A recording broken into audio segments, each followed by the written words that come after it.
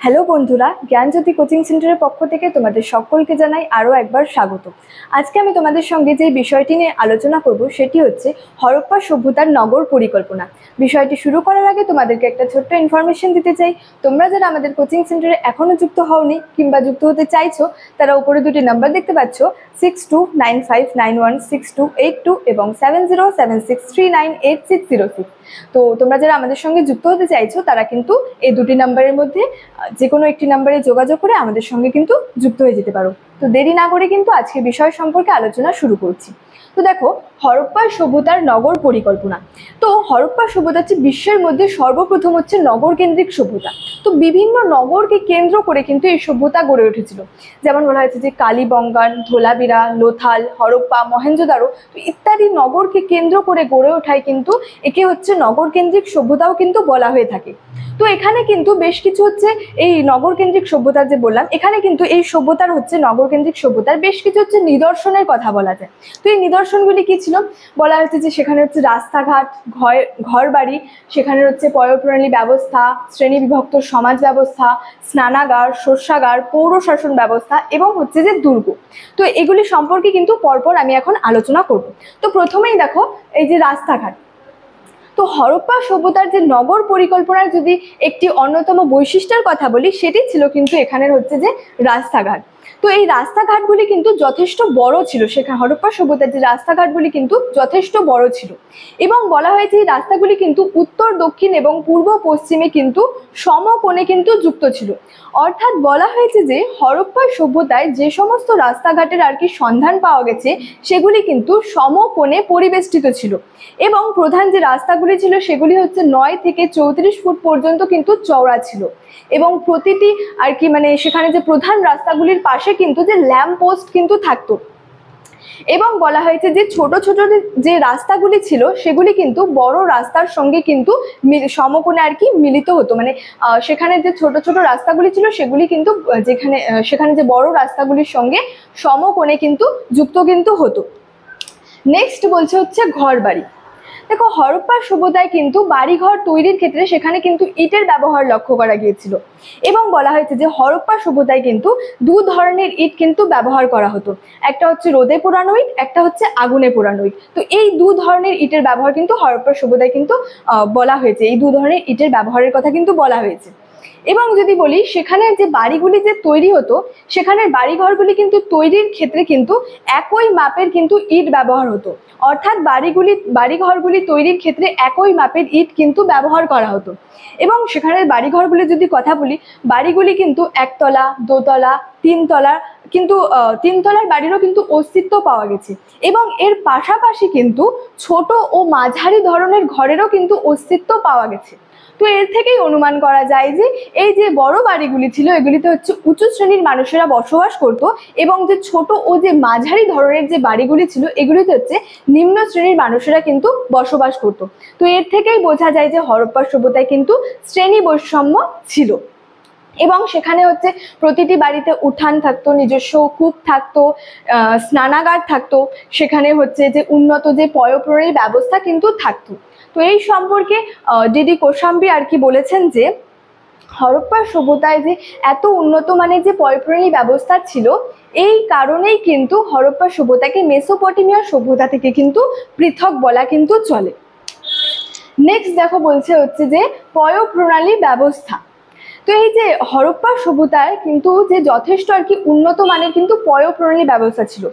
অর্থাৎ হরপ্পা সভ্যতার যে পয়ঃপ্রণালী ব্যবস্থা ছিল সেটি কিন্তু যথেষ্ট উন্নত মানের ছিল এবং সেখানে হচ্ছে প্রতিটি বাড়ির জল বের হওয়ার জন্য সেখানে হচ্ছে নালী ছিল এবং এই নালী কিন্তু পোড়া ইটের কিন্তু তৈরি ছিল এবং বলা হয়েছে যে এই যে নালী পথে জল নির্গত হয়ে কিন্তু রাস্তার যে পয়ঃপ্রণালীতে কিন্তু পড়তো এবং বলা হয়েছে যে রাস্তার পাশে কিন্তু গর্ত করে সেখানে কিন্তু নর্দমা তৈরি করা হতো এবং এই যে নর্দমাগুলি যে তৈরি করা হতো, এই নর্দমাগুলি কিন্তু পাথরের ঢাকনা দিয়ে আর কি চাপা দেওয়া থাকতো এবং সেখানে বলা হয়েছে যে জল দ্বারা যে বাহিত যে আবর্জনাগুলি ছিল সেগুলিকে আটকাবার জন্যও কিন্তু সেখানে কিন্তু বিশেষ বিশেষ ধরনের কিন্তু ব্যবস্থাও ছিল। তাছাড়াও বলা যায় যে সেখানে কোথাও কোথাও বলা হয়েছে যে ইটের তৈরি চৌকা চৌবাচ্চা মানে ছিল, মানে সেখানে কোথাও কোথাও বলা হয়েছে যে আবর্জনা ফেলবার জন্য কিন্তু চৌকা চৌবাচ্চাগুলি কিন্তু ছিল এবং এগুলিও কিন্তু ইটের তৈরি ছিল। তো এখানে এই যে চৌবাচ্চাগুলি যে ছিল এগুলিতে হচ্ছে নামার জন্য হচ্ছে সিঁড়ি ছিল। তো সেই সিঁড়ি থেকেই মানে সিঁড়িটা দেখেই আর কি অনুমান করা হয়েছে যে এগুলিকে হচ্ছে পরিষ্কার করার জন্য সেখানে কিন্তু নাগরিক বন্দোবস্তও কিন্তু ছিল। তো এটাই এই সম্পর্কেই ডিডি কোশাম্বী যে বলেছেন যে এখানে যে পয়ঃপ্রণালী ব্যবস্থা এতই উন্নত মানের ছিল যে এই কারণেই কিন্তু এই সভ্যতাকে আর কি মেসোপটেমিয়া সভ্যতা থেকে কিন্তু পৃথক বলা চলে। তো এবং এটাও বলা হয়েছে যে আর কি যে পৃথক বলা চলে এটা কিন্তু বলা হয়েছে। তো তারপরে বলেছে হচ্ছে যে শ্রেণী বিভক্ত আর কি সমাজ ব্যবস্থা। তো এই যে হরপ্পা সভ্যতা বা সিন্ধু সভ্যতার যে ব্যবহৃত যে বাড়ি ঘরগুলি ছিল, তো বাড়ি ঘরগুলি এবং তাদের আয়তন দেখে অনুমান করা হয় যে এই যে সিন্ধু নগরগুলিতে বলা হয়েছে যে ধনী এবং দরিদ্র উভয় শ্রেণীর মানুষ কিন্তু বসবাস করত। তো এই সম্পর্কে ডিডি কোশাম্বী এখানে কিন্তু যে শ্রেণী বিভক্ত সমাজের কথা কিন্তু বলেছে এবং এখানে হচ্ছে বিভিন্ন শ্রেণীর মানুষ কিন্তু বসবাস করত। সেখানে হচ্ছে যেমন বলা যায় যে অভিজাত, ব্যবসায়ী, পুরোহিত, সেখানে যে শ্রমিকরা ছিল, বণিকরা যে ছিল এবং কুমোর, তাঁতি প্রভৃতি কিন্তু আর কি শ্রেণীর মানুষ কিন্তু এখানে বসবাস করত। তো সুতরাং বলাই যায় যে হরপ্পা সভ্যতার সমাজ কিন্তু শ্রেণী বিভক্ত ছিল। নেক্সট দেখো হচ্ছে স্নানাগার। তো বলা হয়েছে যে মহেঞ্জোদারোতে হচ্ছে দূরের কাছে একটি হচ্ছে স্নানাগার আবিষ্কৃত হয়েছিল এবং এই স্নানাগারটিকে কিন্তু হরপ্পা সভ্যতা বা সিন্ধু সভ্যতার কিন্তু একটি বিশেষ বৈশিষ্ট্যের কথা কিন্তু বলা যায়। তো এই স্নানাগারটি যদি আয়তনের কথা বলি তো দৈর্ঘ্যে ছিল এটি হচ্ছে যে 180 ফুট এবং প্রস্থে ছিল হচ্ছে 108 ফুট এবং সেখানে যে জলাধারটি ছিল এই জলাধারটি হচ্ছে দৈর্ঘ্যে ছিল হচ্ছে 39 ফুট এবং প্রস্থে ছিল হচ্ছে 23 ফুট এবং গভীরতায় ছিল কিন্তু এটি 8 ফুট। তো বলা হয়েছে স্নানাগারটিতে আর কি ওঠা নামার জন্য কিন্তু সিঁড়ির ব্যবস্থা ছিল এবং সেখানে যে জলাধারটি ছিল সেই জলাধারটিতে জল হচ্ছে ঢোকবার এবং বের হওয়ার জন্যও কিন্তু উপযুক্ত ব্যবস্থা ছিল। জলাধারটির এক পাশে হচ্ছে বসবাসের জন্য মঞ্চও ছিল এবং বলা যায় যে এক পাশে সেখানে হচ্ছে বসবাসের জন্য জায়গা ছিল বা বলা যায় যে মঞ্চ ছিল এবং বাকি পাশে বলা যায় যে সেখানে আর কি বারান্দা ছিল এবং ছোট ছোট আর কি কক্ষ ছিল। তো মর্টিমার হুইলার এই সম্পর্কে একটি আর কি মন্তব্য করেছেন। তিনি এই স্নানাগারটিকে সম্পর্কে বলেছেন যে এটি একটি হচ্ছে ধর্মীয় উদ্দেশ্যে নির্মিত হয়েছিল এবং বলা যায় যে এই সমসাময়িক পৃথিবীতে কিন্তু এই ধরনের স্নানাগার কিন্তু আর কোথাও আর কি পাওয়া কিন্তু যায়নি। নেক্সট হচ্ছে যে এখানে হচ্ছে শস্যাগার। তো বলা হয়েছে যে এখানে যদি একটি হরপ্পা সভ্যতার প্রধান যদি স্থাপত্য কীর্তির কথা বলি এটি ছিল কিন্তু এখানের যে শস্যাগার। তো হরপ্পা এবং মহেঞ্জোদারোতে কিন্তু দুটি শস্যাগার আবিষ্কৃত হয়েছিল এবং এই দুটি শস্যাগারের যদি গঠন বা আকার কথা বলি মানে এই দুটি শস্যাগারের গঠন আকার কিন্তু প্রায় একই ধরনের ছিল বলে কিন্তু বলা হয়েছে এবং হরপ্পার শস্যাগারটি যদি অবস্থানের কথা বলি এটি রাবি বা ইরাবতী নদীর তীরে অবস্থিত এবং যদি আর কি আয়তনের কথা বলি এটি দৈর্ঘ্যে ছিল হচ্ছে 169 ফুট এবং প্রস্থে ছিল হচ্ছে 135 ফুট। তো এই শস্যাগারটিতে হচ্ছে শস্য ঝাড়াই মাড়াই করা হতো এবং এই কাজে হচ্ছে বিভিন্ন শ্রমিক নিযুক্ত থাকতো। তো সেখানে বলা হয়েছে যে সেখানে হচ্ছে ছোট ছোট কয়েকটি হচ্ছে ঘরের সন্ধান পাওয়া গেছে। শস্যাগারটি আর কি শস্যাগার সংলগ্ন স্থানে কিন্তু ছোট ছোট ঘরের আর কি যে সন্ধান পাওয়া গেছে। তো সম্ভবত বলা হয়েছে যে যে সমস্ত শ্রমিকরা সেখানে শস্য ঝাড়াই মাড়াই করতো তারা কিন্তু এই যে এই শস্যাগার সংলগ্ন স্থানে যে সমস্ত ছোট ছোট ঘরের আর কি সন্ধান পাওয়া গেছিল সেই সমস্ত ঘরে কিন্তু তারা আর কি বসবাস করতো। তো এই শস্যাগারটি থেকেই আর কি প্রমাণ পাওয়া যায় যে আধুনিক কালের শস্য মজুত ও লেনদেন ব্যবস্থার মতো কিন্তু হরপ্পা সভ্যতায় অনুরূপ অর্থাৎ হচ্ছে একই ধরনের কিন্তু ব্যবস্থার প্রচলন ছিল এবং এই সম্পর্কে ব্যাসাম বলেছেন মানে ব্যাসাম এই শস্যাগারটিকে হচ্ছে রাষ্ট্রীয় ব্যাংকের সঙ্গে কিন্তু তুলনা করেছেন। নেক্সট দেখো বলছে হচ্ছে যে পৌর শাসন ব্যবস্থা। তো বলা হয়েছে যে হরপ্পা সভ্যতায় কি ধরনের শাসন ব্যবস্থা প্রচলিত ছিল সে সম্পর্কে কিন্তু কোনো প্রত্যক্ষ প্রমাণ কিন্তু পাওয়া যায়নি। তো এই সম্পর্কে ঐতিহাসিকদের মধ্যে বিভিন্ন মতভেদ রয়েছিল, তারা এই সম্পর্কে একমত ছিলেন না। তো এখানে বলা হয়েছে যে বিরাট এলাকা জুড়ে একই ধরনের ঘরবাড়ি, রাস্তাঘাট এগুলি দেখে অনুমান করা হয়েছে যে এখানে একটি যে কেন্দ্রীভূত শাসন ব্যবস্থা আর কি প্রচলিত ছিল। তো এই বিষয়ে বিভিন্ন ঐতিহাসিকরা তাদের মতামত প্রকাশ করেছিলেন।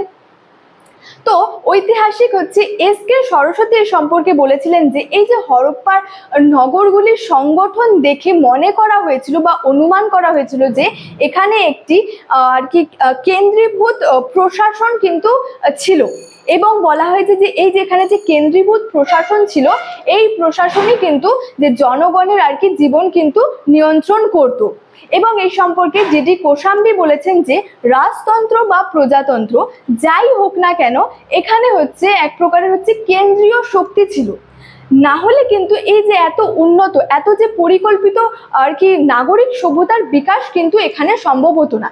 মানে ডি.ডি. কোশাম্বীর মতে এখানে একটি কেন্দ্রীয় শক্তি ছিল, না হলে এই যে এত উন্নত, এত পরিকল্পিত যে নাগরিক সভ্যতার বিকাশ এখানে কিন্তু আর কি সম্ভব হতো না। তো অনেকের মতে এখানে আবার বলা হয়েছে যে ধর্মাশ্রয়ী শাসন ব্যবস্থা প্রচলিত ছিল। তো বিভিন্ন ঐতিহাসিক কিন্তু তাদের বিভিন্ন যে মতামত কিন্তু প্রকাশ করেছিলেন। আচ্ছা দেখো, লাস্টে বলেছে যে দুর্গ। তো হরপ্পা সভ্যতার যে নগর পরিকল্পনার যদি একটি অন্যতম বৈশিষ্ট্যের কথা বলি, সেটি ছিল এখানের দুর্গ।